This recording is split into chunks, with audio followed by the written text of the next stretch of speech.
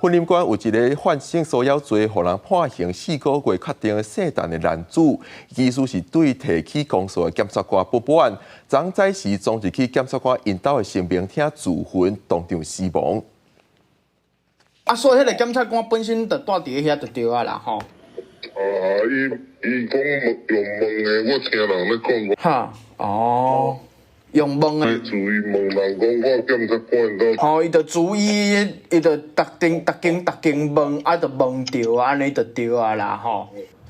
77岁姓陈的男子因为犯强制威胁案件，承办检察官去年1月17日是提起公诉。经过婚姻地方法院认定是犯着性骚扰防治法的性骚扰罪，判有期徒刑4个月。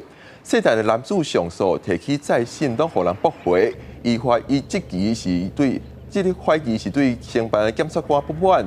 昨早时11点外到承办检察官因兜内底声明厅自焚死亡。婚姻地检署表示，检察官以公正客观的态度来执行公务，民众若是对庭事也是判决的结果不满，应该照正常的管道来救济。